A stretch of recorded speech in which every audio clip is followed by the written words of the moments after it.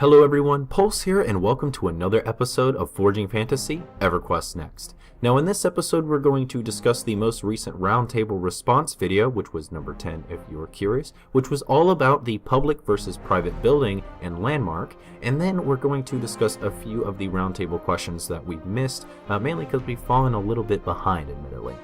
Now let's start with the roundtable response video, shall we? There's a couple nice tidbits we should pick out of this thing. Now, as mentioned, this little video was in response to the question given to the community that was about public versus private building preference in EverQuest Next Landmark. And, as mentioned, there's some nice things that we can talk about in this. First was that public building was actually something that was a popular response among those that took the poll, which was pretty exciting to SOE, mainly because they have built Landmark. They've designed Landmark as a social MMO and a social building and cooperative experience. And they've made it so that these experiences in Landmark are going to be a big staple of the gameplay. Now this led to some discussion then about griefing, which is kind of the obvious and go-to concern when it comes to something like social building. And Terry Michaels made it very clear in his answer that their current implementation of claims in Landmark is going to nullify this, because when you make your claim and you set up where you're going to do your building, you can set up parameters for the social aspects of it, right? So if you want to be a loner, you can do that. If you want to build by yourself, you can absolutely set it up to be that way. Do you want to build with friends and have a more co-op experience, have a co-op build, maybe able to make something extra massive because you have more hands in the actual project? You can do that too.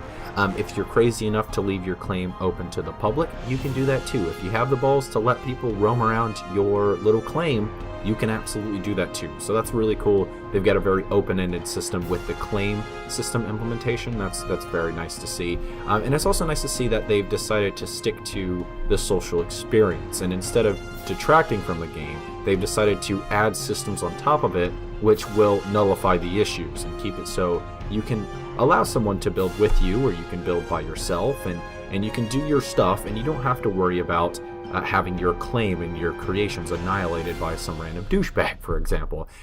That's really nice that they've decided to go this route with their design. Now, this mention of social experience did lead to some discussion about a potential offline mode, which they came back and said no to. It's not something they want to do. This is not what they're going to do with EverQuest Next and Landmark. This is a game built around the social experience, which made me grin, admittedly. I'm quite tired of this whole idea that you are a gamer and you're playing on your PC or Mac, God forbid, and you're playing these MMOs, and yet you still feel entitled to play a single-player game, or you want to play a gameplay that simply isn't in the game. And then you have like the developers detracting from their overall game design philosophies to provide that. And this is one of those things. There's no need for an offline mode or a single player focus somewhere down the line with this.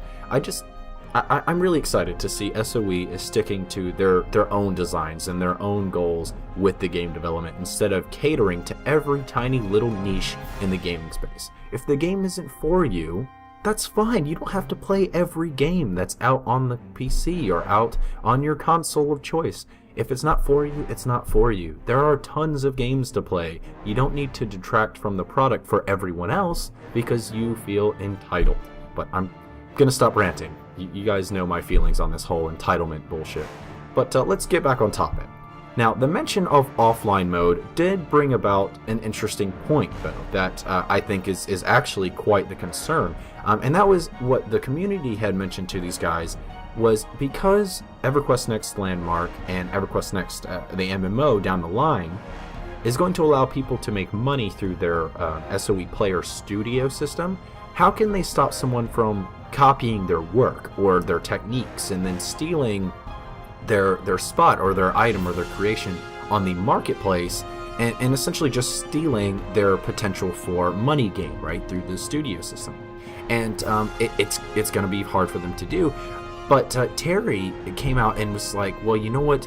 This is something we didn't even really consider, and it raised some alarms for them in their design. And so he said that private building is not something that we can necessarily 100% guarantee it will be in the game at launch, but it is absolutely at the top of their list now, and it's something they're going to work really diligently on until they get it right, either at launch or near launch. So the private building thing, hopefully they do this right. I don't know how they're going to accomplish this right, because they've decided to stick to the social building aspects. How are they going to make it so a private building system just completely negates all of their stuff? That said, I do have faith in these guys, mainly because unlike a lot of developers right now, they're being very transparent about their development with their games and their overall design philosophy of taking their creation and building and all of this stuff, and they're sticking to that.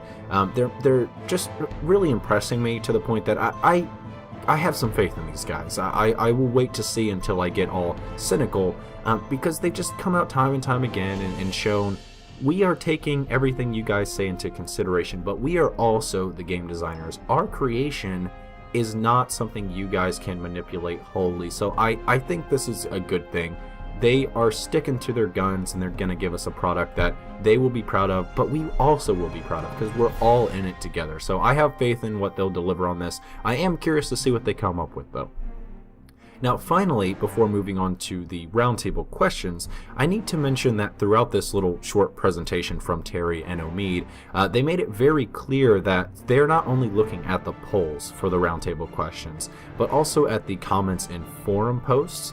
This is really important. I want to mention it because it means they're not just picking the highest picked answer right from the polls, but rather they're balancing out what they themselves have come up with the potential preferences of the community. What I found most interesting is that these forums are actually filled with some intelligent discussion, which has actually benefited the development of Landmark and EverQuest Next. So what I want to say to you guys is, if you're watching the development of EverQuest Next and Landmark, and you're contributing to the roundtable posts, if you see something that maybe just doesn't fit right with you, or you have some thoughts you need to express or some concerns you need to bring up, make sure to go to the forums. Don't leave it to other people to take care of. These guys are absolutely looking at the forums, and they're being very active to the discussion. And I feel like that this is something that we need to make sure to do. Just like if you go into a beta, make sure to give the proper responses to designs that you see are messed up, or you see bugs or just glitches or any of that sort of thing. So make sure to contribute to the forums, guys, if you see something that you think needs to be discussed. But now let's move on to the actual roundtable questions. We've got about 3, I think, to catch up on. Let's start with this guy. What is your favorite way to consume the lore of EverQuest Next? Outside the game, such as a website, I prefer to spend most of my in-game time in action, not reading. We have cutscenes bring the story to life, even if it does mean sitting and watching the show. I like in-game lore, such as stories within game books or a quest journal that I can read when I have some downtime. I like the lore to be conveyed to me in real time in the game through the quest dialogue and other narration in small pieces while I adventure. And then finally, a mix of the above. Now, this one, it seems kind of easy for me, and considering the percentage, which is, as of now, 50% of the people voting for this have all gone for the mix of all of the above, which I too would pick, mainly because as I've kind of played MMOs and done the RP thing alongside my normal gameplay, I've come to realize that it just depends on the day and the mood on how I want to consume the lore of the game. Sometimes I don't give a damn at all. I don't really care. I just want to play my game. Leave me the hell alone with this boring story. Sometimes I want to sit in bed, have my laptop on, turn towards me as I read a wiki. I remember doing that a lot when I played WoW, and it would just be really late at night. I couldn't quite sleep, so I'd flip on the wiki for whatever, and I would just click through the links and consume as much lore as possible till my brain couldn't handle it and I passed out in bed. And sometimes I want to play the game and get the experience through actually questing and getting the real-time in-game experience, providing lore, and of course the occasional cutscene doesn't hurt as well. So I feel like a good mix of all of it is going to really fit everybody. I can't think of any one person that is like, no cutscenes never. no lore on a wiki. I want everything given to me text format at this time of day when the moon is at this time. Give it to us a broad way. That seems like the best answer to me, and I'm glad to see most people feel the same. Now, the next question we have is, do you want to see in-game holidays in EverQuest Next? Now, the options are, I'd like to see some of the ones that already exist within the franchise from EverQuest and EverQuest 2. I'd like to see in-game holidays that fit the new world and lore, not real-world events. I don't like it when fantasy games celebrate real-world holidays, even when disguised with in-game lore. And finally, I love it when we can celebrate real-world holidays with something matching in-game. Now, I kind of feel like those two middle ones that are not to have real-world events, and then it reiterates again, I don't like it when fantasy games celebrate real-world holidays disguised in game lore. Personally, I absolutely hate this idea that we need to celebrate Christmas during Christmas time in an MMO. It's just silly. I mean, not everybody celebrates these holidays, for one. And a lot of times they're Americanized holidays, I have to admit. And I've never liked them, not ever. I mean, the only time I've really enjoyed anything holiday related I can think of is Guild Wars 2 Halloween thing that they did when the game originally released. I don't like the new one because it's damn near the same thing. It's already gotten bored. The only thing I really found enjoyable was doing that challenging puzzle, which they could have released without it being related to Halloween anyway. So I'm not really a big fan of doing holidays in general, especially when it's real world events. It doesn't fit. I don't mind if they give legit lore and maybe have seasonal based holidays. I don't mind that, I suppose, but don't give me Christmas disguised as Winter Wonderland week or something. That's so stupid to me. I really hate it when they do that. So I suppose if I have to pick one, I'd probably pick the second one, which is I'd like to see in-game holidays that fit the new world and lore, not real-world events. But as I said, that following answer about I don't really like it when fantasy games celebrate real-world holidays, I feel like those are kind of the same answer there. I don't mind holidays, but make it fitting to the lore and try something different. Try something a little abstract. Don't give us, like I said, Christmas at Christmas time, or give us Thanksgiving at Thanksgiving time, or in whatever other holidays they decide to throw in that are real world applicable. Don't do that. I hate that so much. But let's move into the final question for the video. How much should the world of EverQuest Next change based on time of day? Now, this is a fantastic question, and the answers that we have for the poll are: the world should be significantly more dangerous at night, for the night is dark and full of terrors. I'd like to see the AI factor time of day into its behavior. The environment should change, but it won't affect my objectives. And finally, the time of day shouldn't impact my gameplay. Now, I feel like the final answer there, the time of day shouldn't impact my gameplay, is stupid. I understand people not wanting to be impacted by their gameplay time depending on when they can play. So most people, for the most part, have to play during an evening time setting, right? They go to work, they come home, they eat dinner, and then they hop on the computer and they try to consume an hour or two of MMO. That's just the fact of things. Most people, that's what they're relegated to. They don't have much of a choice in it, and maybe don't want to play nighttime all the time.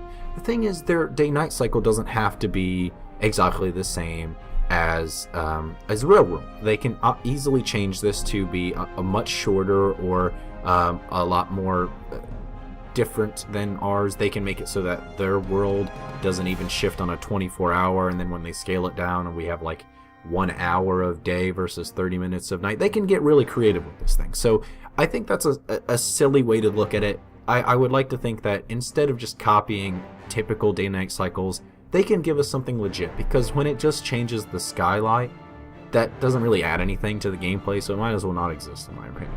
So that leaves the first three answers. The world should be significantly more dangerous at night, the AI should factor in time of day, and the environment should change, but it won't affect my objectives. Now, the environment changing but without affecting objectives kind of goes back to my other point about when it just changes the aesthetic of the world, it doesn't really add anything. I don't think that's worth it. I don't think that they should waste gameplay or design time or development time to give us a different, here we have sun, here you have nighttime, it's the same exact game, have fun. I just don't think that's worthwhile. So that leaves, if we're going to have the AI change or being more dangerous at night or different things, and I feel like those two answers kind of culminate into one answer for me. I would definitely love to see AI factor time of day into the behavior, and also I would like to see different mobs come into the world, and different creatures and different activities become something you can do when the game hits its nighttime cycle. So, for example, I had a couple things in mind, right?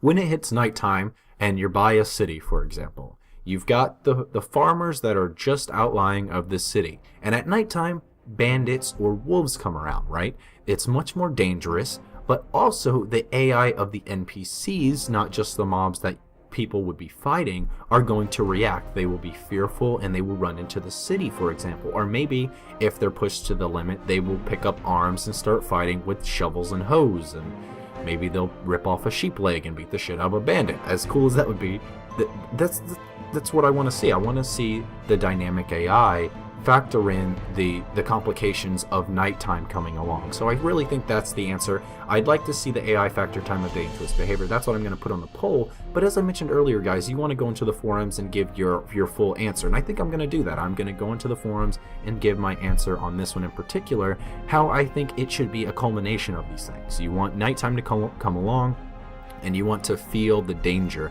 You want the NPCs to feel the danger. And you maybe even want to have different activities associated with day and night, so that you feel like there's an actual difference in the game when nighttime comes along. Maybe it'll be significantly more dangerous, so if you're stuck by yourself, you're gonna have to hide in the corner for a little bit until you get out or what have you.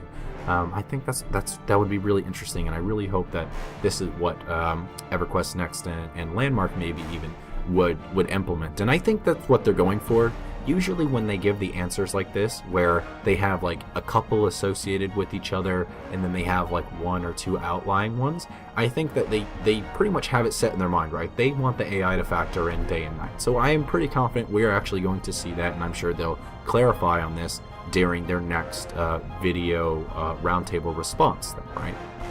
But I do think we need to go to the forums and stress to those guys that we want this to happen. We want the AI and the dynamic feeling of the world to change at nighttime. It just adds to the overall immersion factor. But you know what, guys, that's going to wrap up our little roundtable catch-up section. But before I go, I want to reiterate what Terry Michaels and Omid said during the roundtable response, again, about going to the forums and discuss with those guys, because it's incredibly helpful. I can't stress that enough.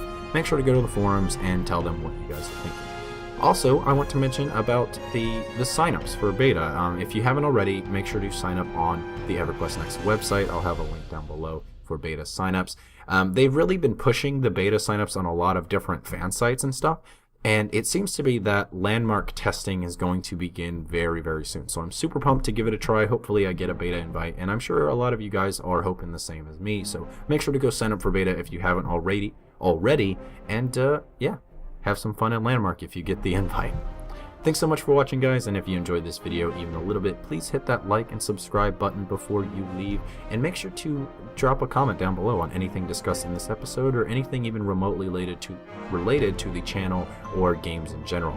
Thanks again for watching. This has been Pulse with more Forging Fantasy EverQuest Next, and I will see you on the next one. Bye.